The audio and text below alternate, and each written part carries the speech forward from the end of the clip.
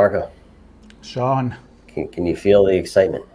I am. As a You're matter of excited? fact, you see this for people watching. I already have the little lapel mic. I'm gonna keep it until next week. I'm not gonna remove it. I'm gonna I think you sleep can on see it. mine on as well. I'm excited to actually use this every day in London for Infosecurity. So the excitement is getting real. We're going to be stationary and mobile, all at the Excel Conference Center in London, there, just outside London, of course. Yeah. And like I said, London proper. Anyway, we're going to be at the Excel. I'll just leave it at that. And yeah, seeing a lot of friends making new ones. Jon is a new friend. Jon Davies, thanks for joining us. Congratulations on getting a speaking session, part of a panel there at Infosecurity Europe. Yep, sounds good, guys. Great to meet you. Looking forward to the session. I'm sure with the other panelists, we've got a kind of a great diverse options, and without kind of using the pun "good cop, bad cop," it's really good to have someone from law enforcement there to kind of give their perspective.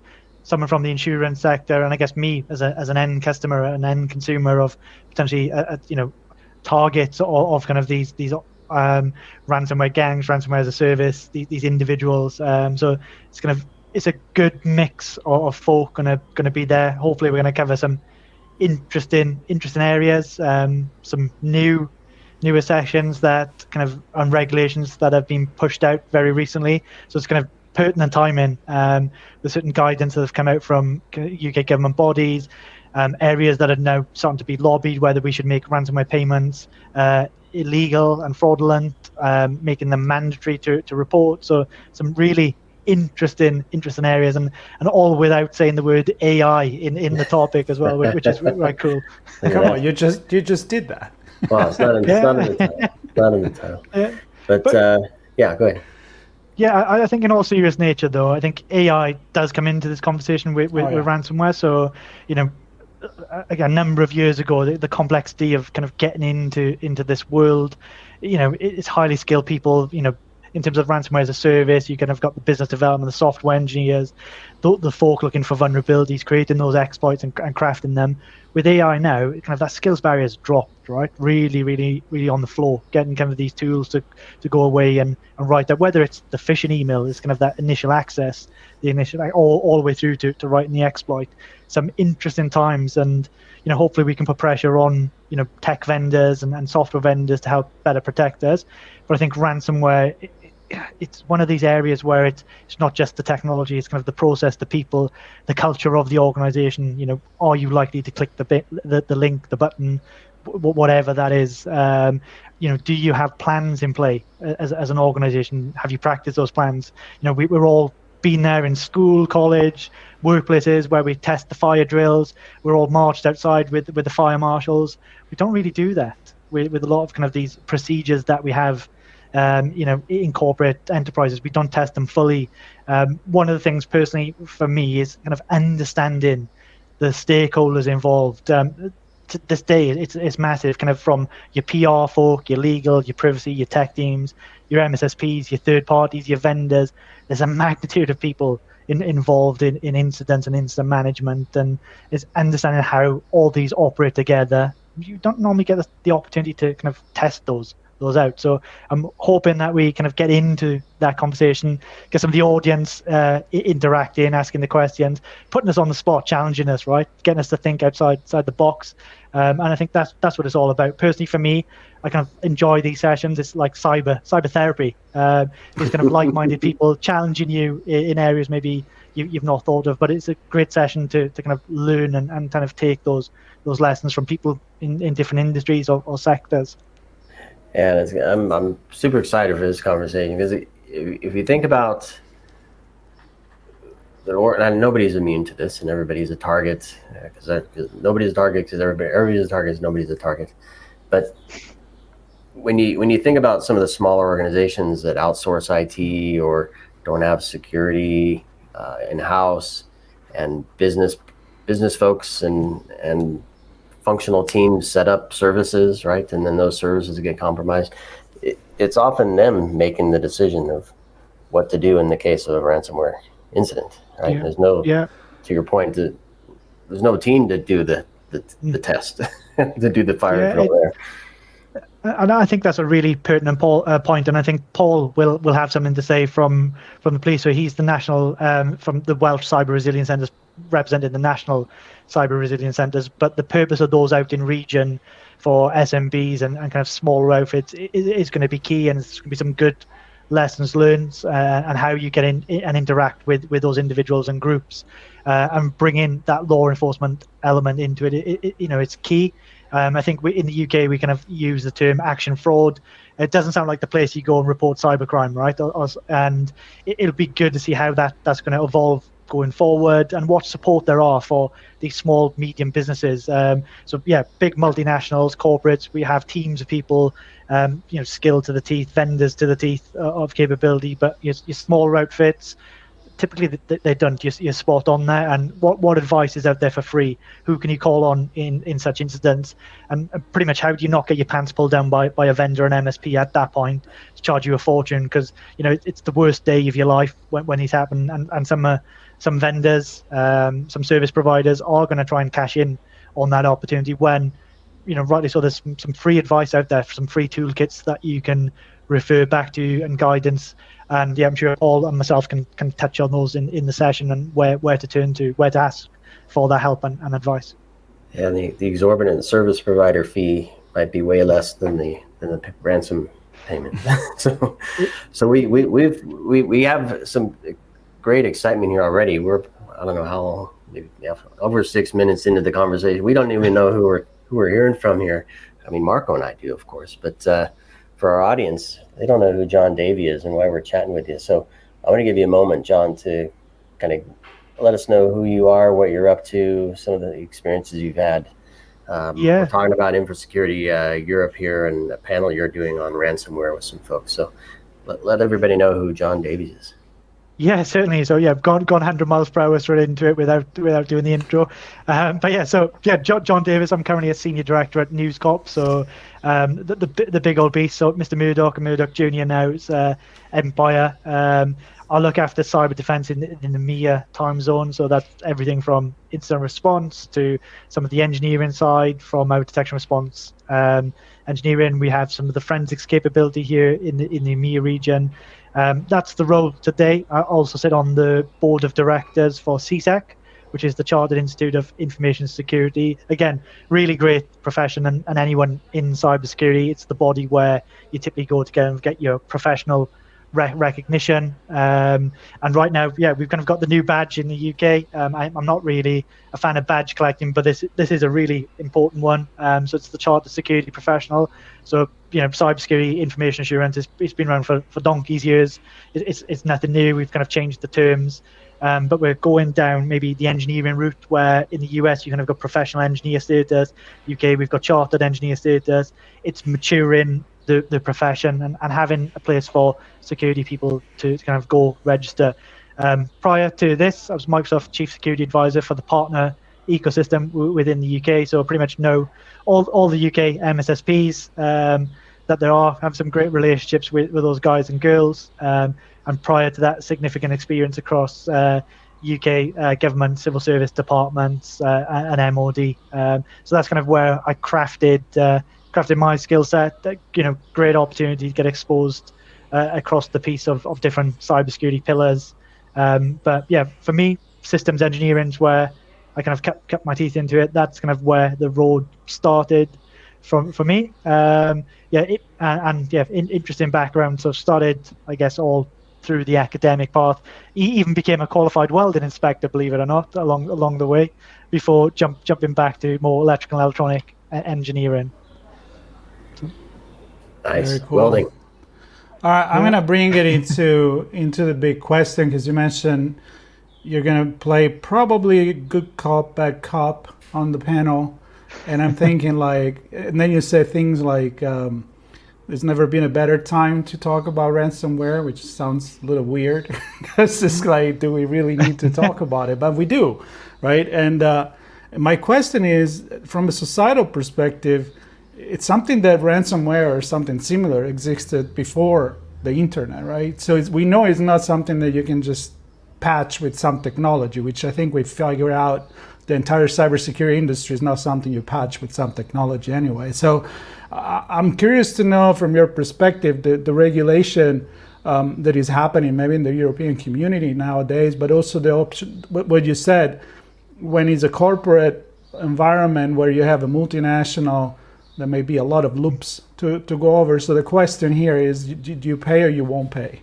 So I want to know, where do we stand really here? Yeah, no, certainly. So I guess it kind of comes down to it's a business decision right now. So there's no, in the UK, certainly there's no kind of rules and regulations and laws against it.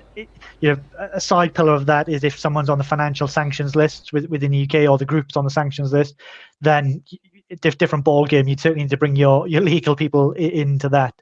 But yeah, from corporate individuals, from kind of your tech providers, cloud providers, hyperscalers, where you look at that shared service model, the data is your own. It's your data as a company. It's your responsibility.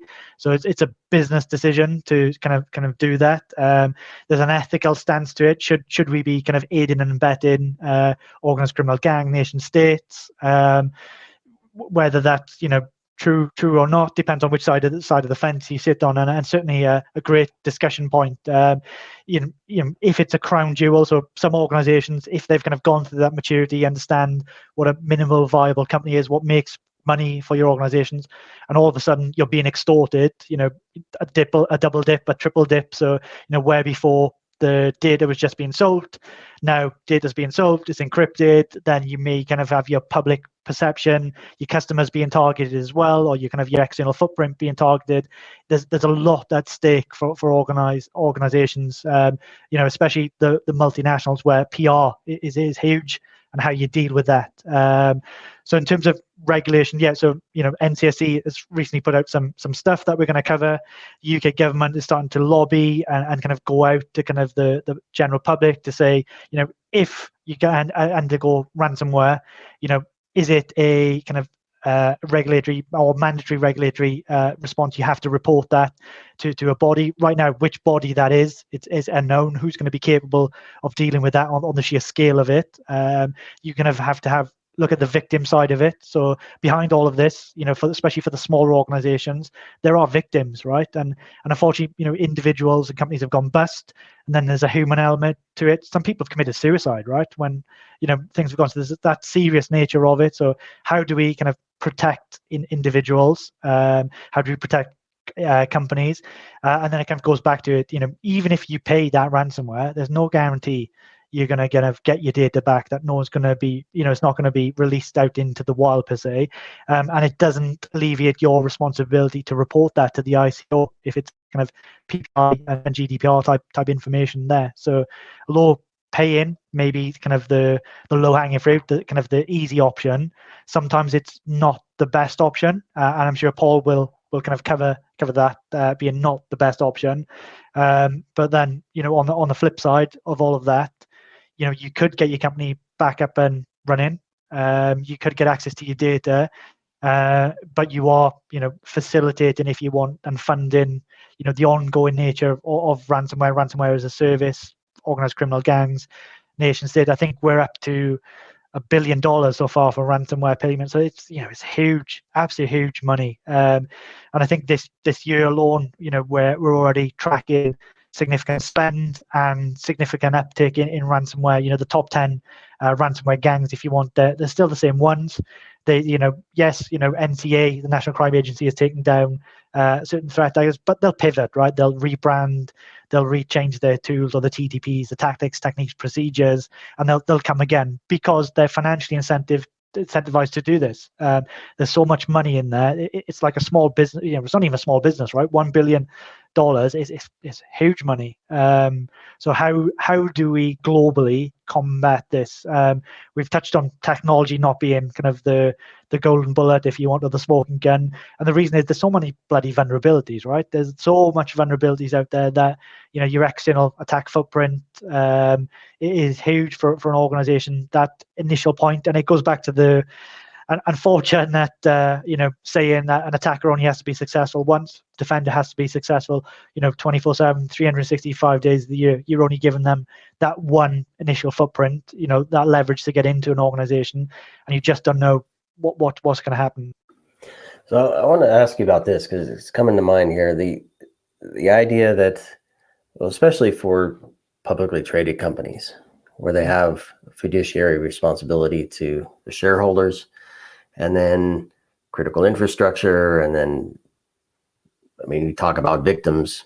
Somebody loses a bank account, maybe there's a way to kind of get the money back. But when we start looking at healthcare and critical infrastructure, people will be without power, be without health services, what have you.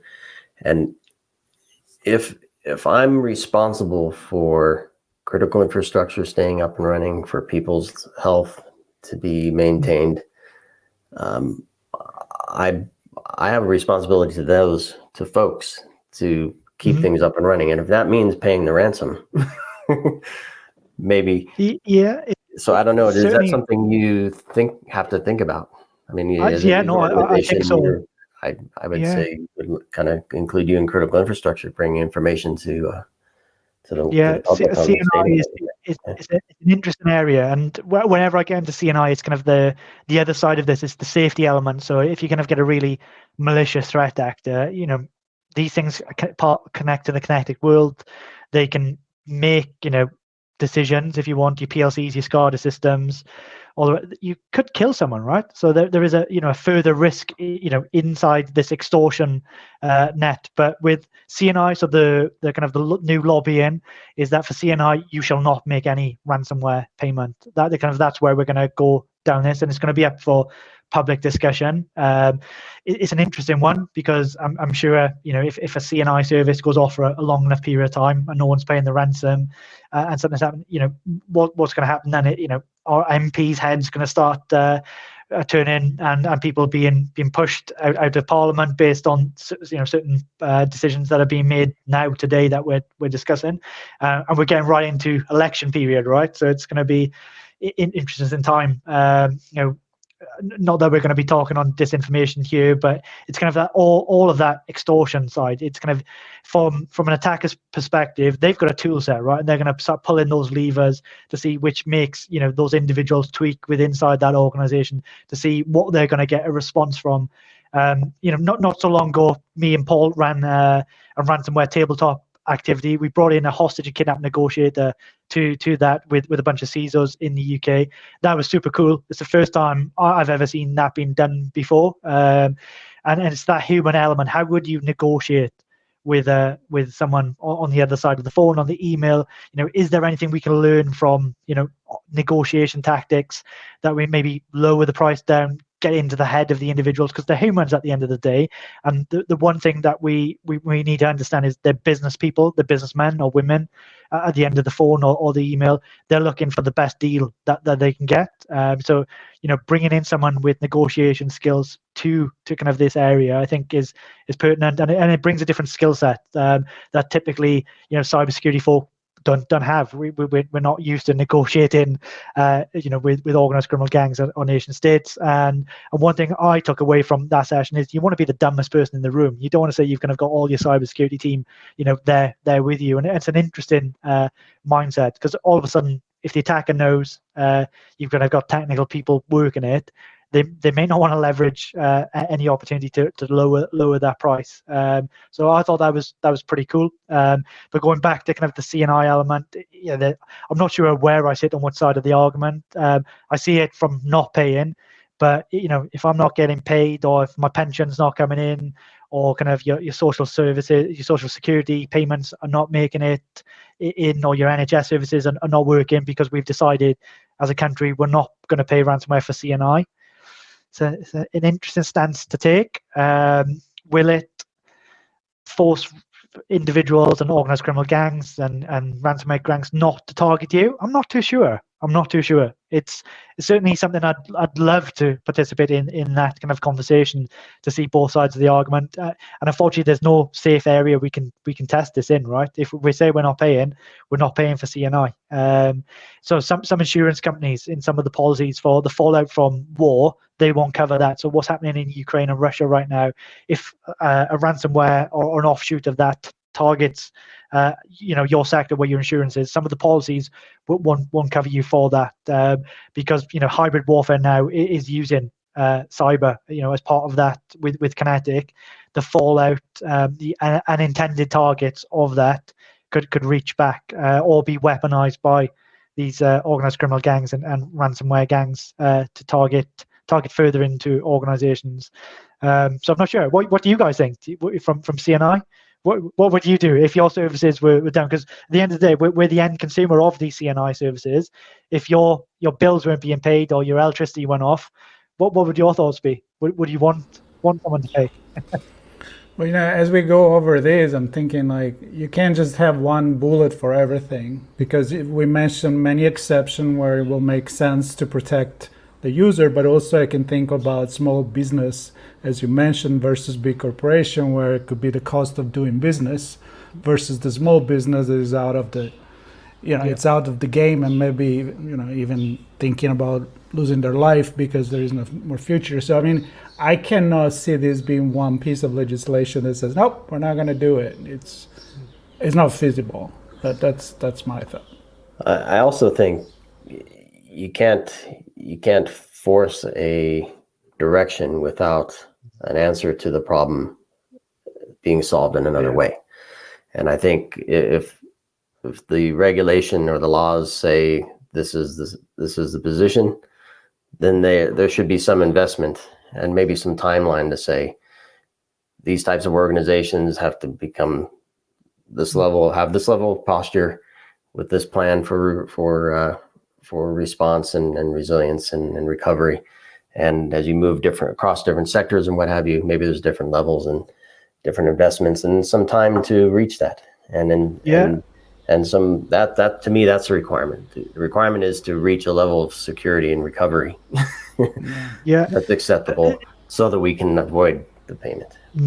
I think that's a kind of a great call out, because ransomware, we're talking about a specific area, but we're not touching on vulnerabilities and vulnerability management of organizations. So without investment to kind of patch what's already broken, then you're already leaving the door half ajar for an attacker to come in. Yes, they may not target you with ransomware straight away, but all of a sudden an access broker may sell kind of access into your organization to someone who will target you. So it's a slippery slope. We're not in a great place. Even over the last 5-10 years, things haven't improved. If you look at the graphs from the ICO in terms of ransomware, it's going up. It's going up and up and up in terms of the payments, the number of ransomware. So we need a step change, whether that is technology, whether it's investment, whether it's regulation. But I think it's a combined effort. We need to kind of bring this together to try and head it off. How we do that, I'm not sure. I think that it needs a lot of smart people to think together in a room and kind of come up with a solution and test it. But right now, in terms of what we can do in terms of organizations, small organizations, is have a plan in play, to understand not if this is going to happen, but when it's going to happen, and have a playbook to know who to call, who in your organization is the right person. If you've got suppliers and third parties, police, which number do you call? How do you report this? Because again, today, I don't think there's an easy place for individuals or organizations, small, medium, big, to go and report, cybercrime, ransomware. There's a bunch of different government pages. You could have got the action fraud. You've got the ICO. It takes a bloody massive coordinated effort just to go and find out who you report it to. Time you report it to your own legal people to understand, is this a reportable incident, a data breach that we need to report? Once they decide that, you're so far down the journey that you can have, we need a simple one-stop page for people to go to kind of get all that information and not be bombarded by 101 vendors saying they're going to protect you from ransomware by buying their product, because unfortunately there is no smoking gun right now for that. And unfortunately, you go back to the big company will have the people that they can call, and the small company would not. And as we were talking and we're wrapping here, Sean, it come to mind the conversation with our friend Mikko Hipponen, where I made the joke about randomware instead of ransomware, because it was talking on how, especially now with AI, everybody can just have massive probability to get hit anyway. So it's just a matter of when, and it's not the same. It's not the same for everyone. Well, I think it's going to be a great session. I'm going to do my best to to be part of it, at least watching, not on the panel, be part in terms of watching and see what you guys come up with.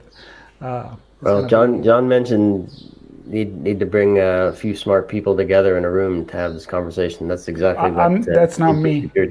I'll come, but that's not me. I'll pretend. I'll be the dumb guy in the room. I'll be the dumb one asking stupid questions. That hopefully maybe something happens from it. But never any stupid questions. You're joined by Paul Peters, Gareth Bateman, and then James Coker from Infosecurity Magazine moderating the conversation. It's called Ransomware: Time to Decide Will You or Won't You Pay, and perhaps with an added bonus of Can You Pay coming soon.